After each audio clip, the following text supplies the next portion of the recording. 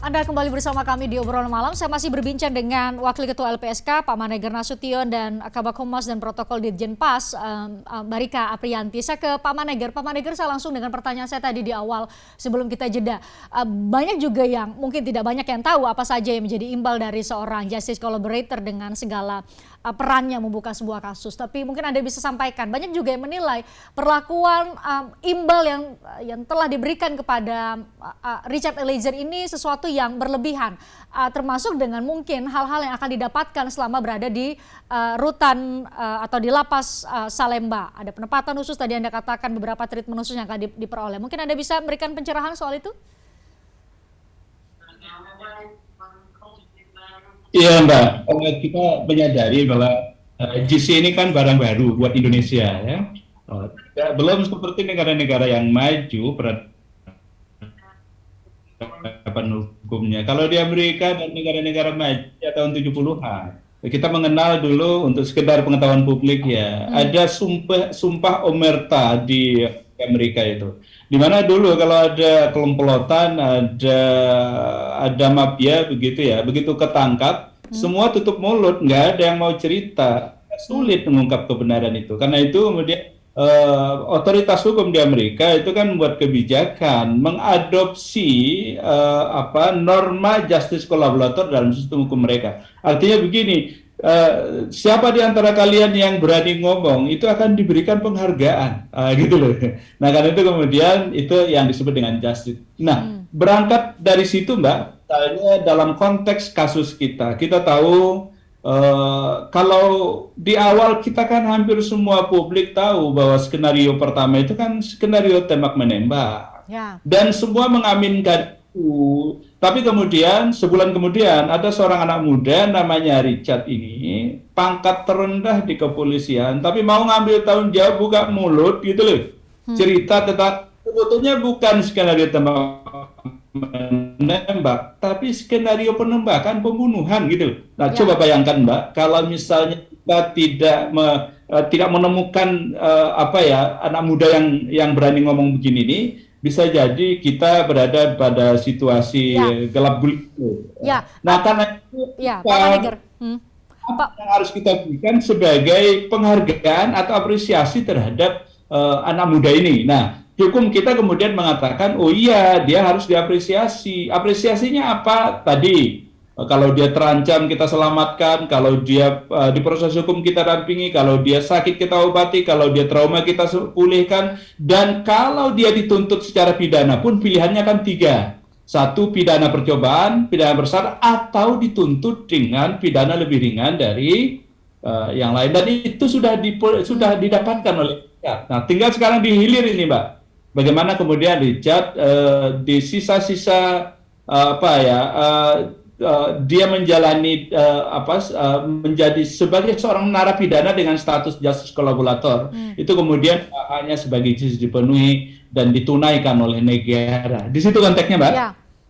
Mbak Rika, tentu ini bukan kali pertama lapas maupun rutan di seluruh Indonesia menerima seorang justice collaborator. Mungkin Anda bisa sampaikan kepada kami penempatan khusus yang dimaksud, apakah satu, tidak perlu Anda jelaskan detail ruangannya, tetapi apakah satu, itu membuat ia berjarak dengan siapapun, artinya ia tidak akan diizinkan untuk berkomunikasi atau bersosialisasi dengan tahanan lain untuk meminimalisir potensi ancaman terhadap dirinya, atau dalam bentuk seperti apa, Mbak Rika?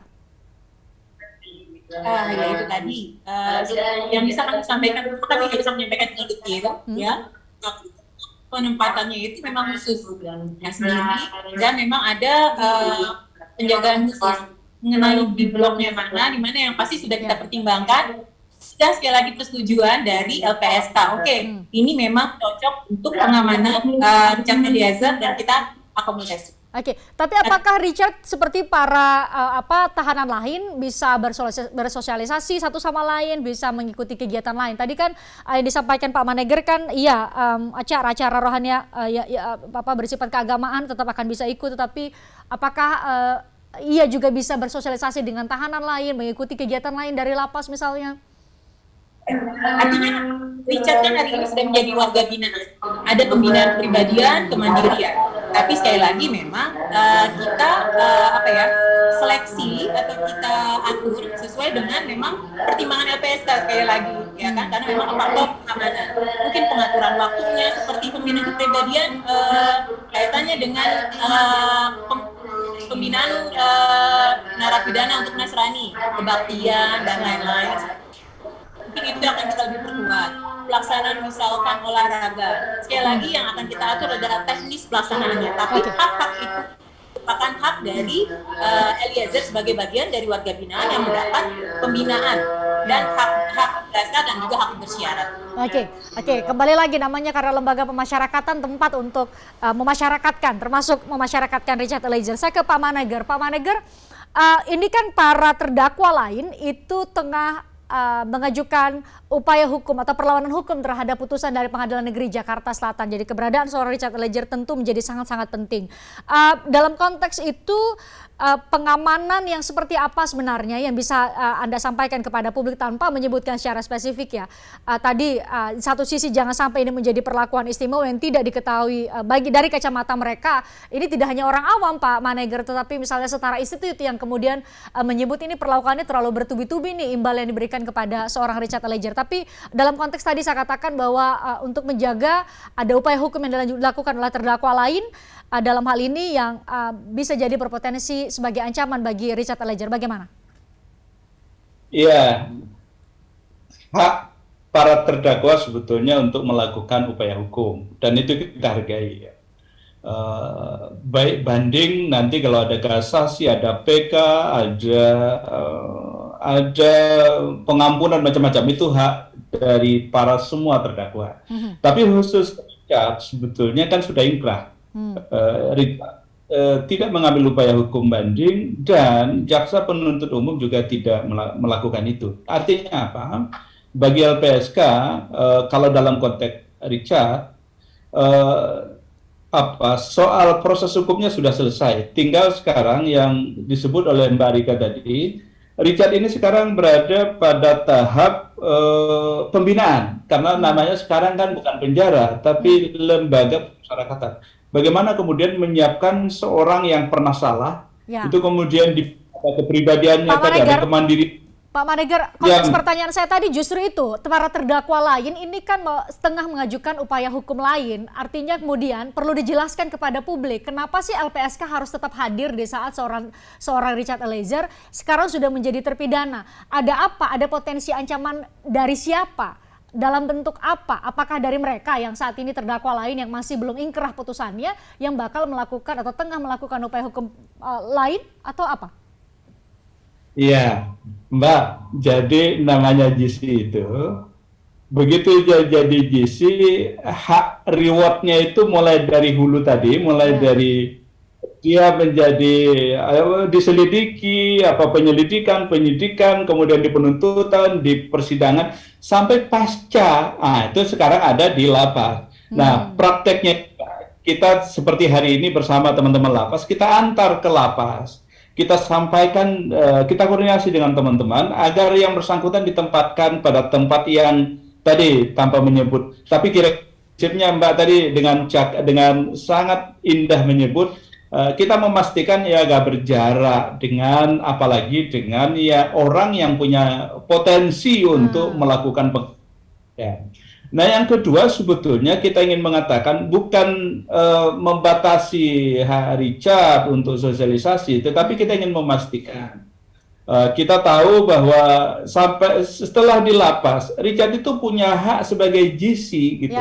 Haknya tadi diatur dalam regulasi kita. Dia nanti punya remisi, punya asimilasi, bahkan cuti jelang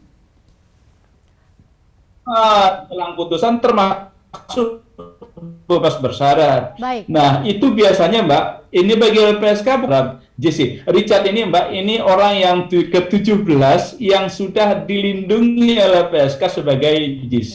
GC ya, oke, baik. Tampaknya ada Oke, Ini tampaknya yang ke-17.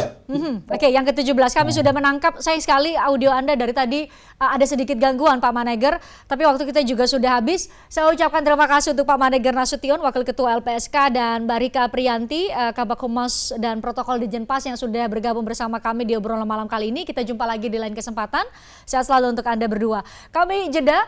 Usai jeda, saya akan kembali dengan obrolan lain. Ini terkait dengan kode keras dari Ketua Umum PAN saat rapat koordinasi nasional di Semarang, Jawa Tengah yang kayaknya sih mau dukung Pak Ganjar dan Pak Erick Thohir. Saya coba konfirmasi deh ke salah satu Wakil Ketua Umum Partai Amanat Nasional yang akan bergabung saat lagi di obrolan malam.